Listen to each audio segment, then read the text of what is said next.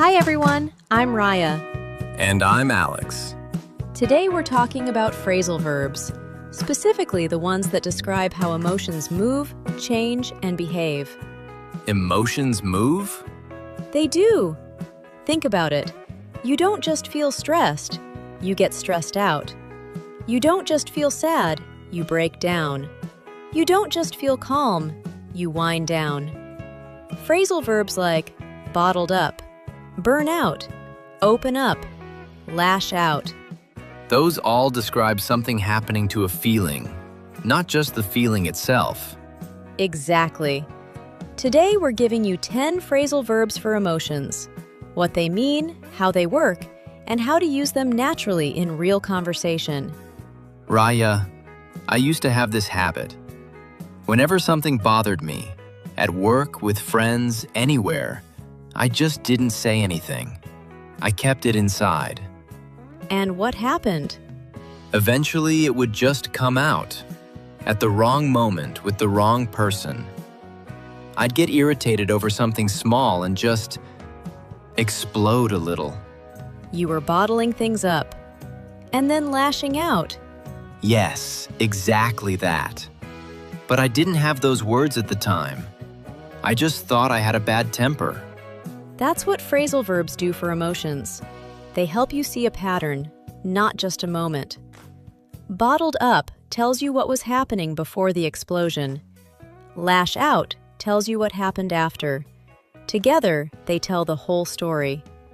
And once you can name the pattern, you can actually do something about it. Language gives you that power. Here's what you need to understand. Emotions are not static. They build, shift, release, and change direction. And phrasal verbs capture that movement. Regular verbs don't? Not as well. I feel stressed. That's a state, a photograph. But I'm stressed out. That tells you something has been pushing on you. I burned out. That tells you a process happened over time, and eventually something gave way.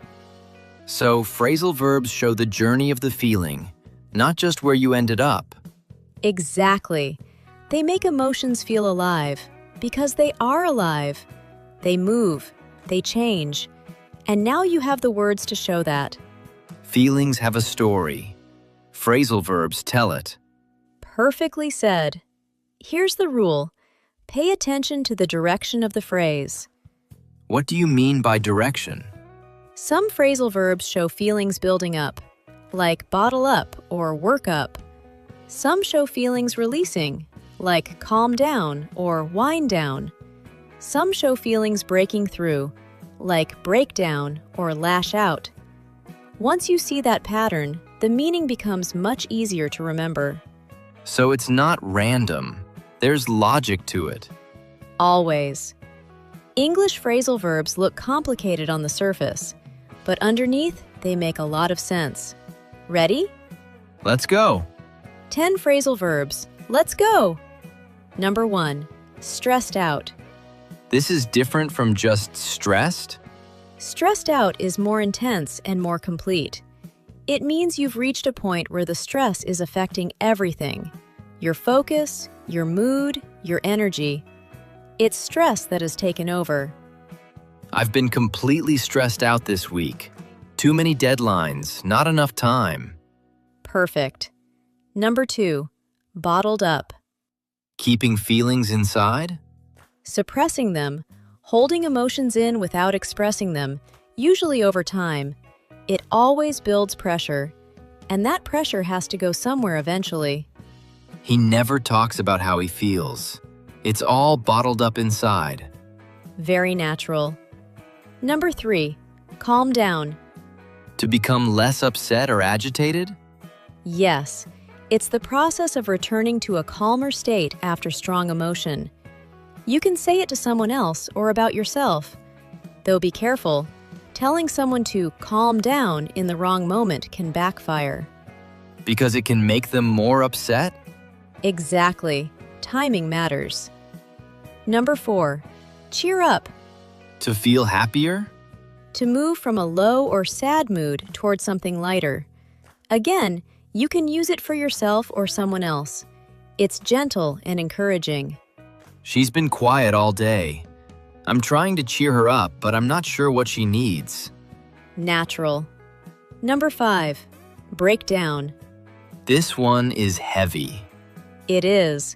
It means to lose emotional control, to cry, to collapse emotionally, especially after holding things together for a long time. It's a release that happens when you can't hold on anymore. He held it together through the whole funeral, but on the drive home, he just broke down. Very honest and very human.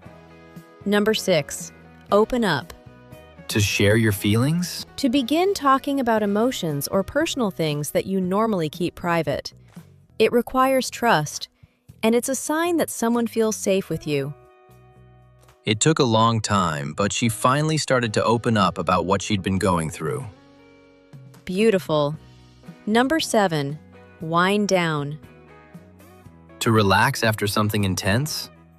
To gradually return to a calm, restful state, usually at the end of a busy or stressful day. It's a process, not a switch. I need at least an hour to wind down after work before I can sleep. Very relatable. Number 8. Burn out. This one's about exhaustion? Deep exhaustion, mental, emotional, and physical, from sustained pressure over time. You don't burn out overnight. It builds slowly, and by the time it happens, you often have nothing left. She loved her job for years, but after 18 months without a real break, she completely burned out.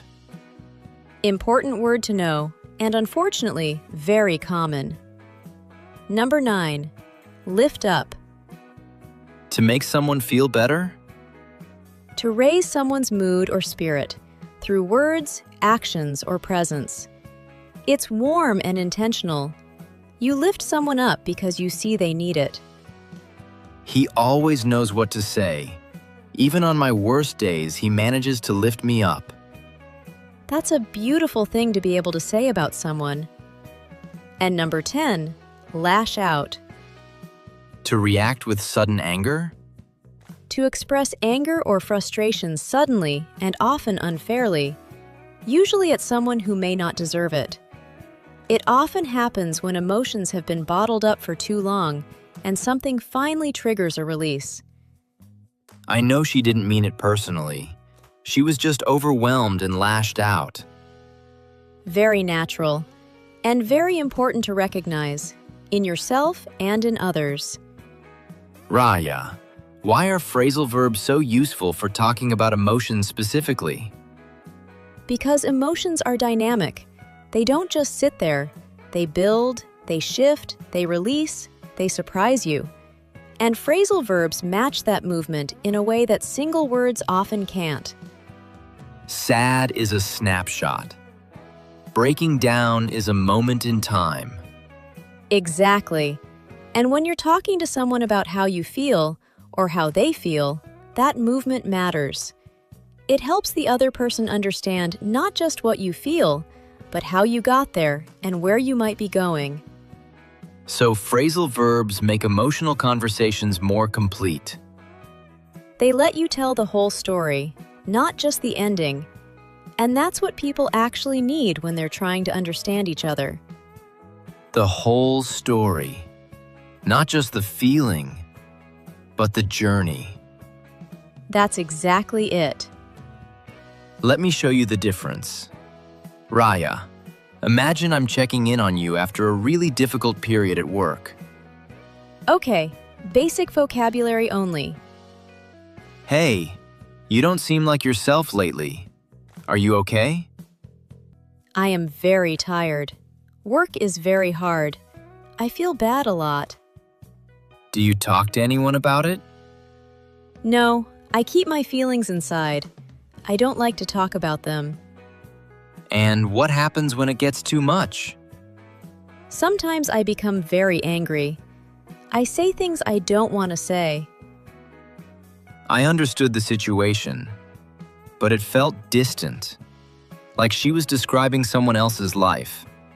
No texture, no movement, No real picture of what she was going through. Same situation. Raya, use the phrasal verbs this time. Let's go. Hey, you don't seem like yourself lately. Are you okay? Honestly, I've been pretty stressed out. Work has been relentless, and I haven't had a real break in weeks. Are you talking to anyone about it? Not really. I tend to bottle things up. It's just easier in the moment, but I know it's not actually helping. What happens when it gets too much? I lash out, usually at the wrong person, and then I feel terrible about it afterwards. Have you had any time to wind down at all? Not enough. I'm worried I'm heading toward burning out if something doesn't change soon. You should try to open up more, even just a little. It helps, I promise. I know. It's just hard. I'm not used to it. I get that. But even talking right now, does it help a little? Actually, yeah. It does lift me up a bit. Thank you. Same person, same situation, but this time I understood exactly what she'd been going through. The building pressure, the holding on, the moments of release. The whole emotional journey, not just the ending. Here's something I want you to notice. In that conversation, I didn't use any of these phrasal verbs to sound impressive. I used them because they were the most accurate way to describe what was happening. They fit the experience exactly. That's when language works best. Not when you're reaching for something complicated, but when the right phrase is just there, waiting, because you learned it before you needed it. So learning these now means they'll be ready when a real moment comes. And those moments always come. Here's the truth. Being able to talk about your emotions, clearly, honestly, with the right words, is one of the most important communication skills you can have. In any language. In any language, but especially in one that's not your first. Because when you're already translating, you need words that do the work accurately. Phrasal verbs do that for emotions. They carry the movement, the intensity, the story. Don't just say you feel something. Show how it's moving through you. Feelings aren't still. Your words shouldn't be either. Now we want to hear from you. Which of these phrasal verbs felt most familiar, and which one surprised you most? Let us know in the comments. And this week, try using one in a real moment. When you're tired, try saying, "I'm completely stressed out" instead. When someone's upset, try, "I'm trying to cheer them up." Start with stressed out and wind down. Those two come up constantly and feel very natural to say.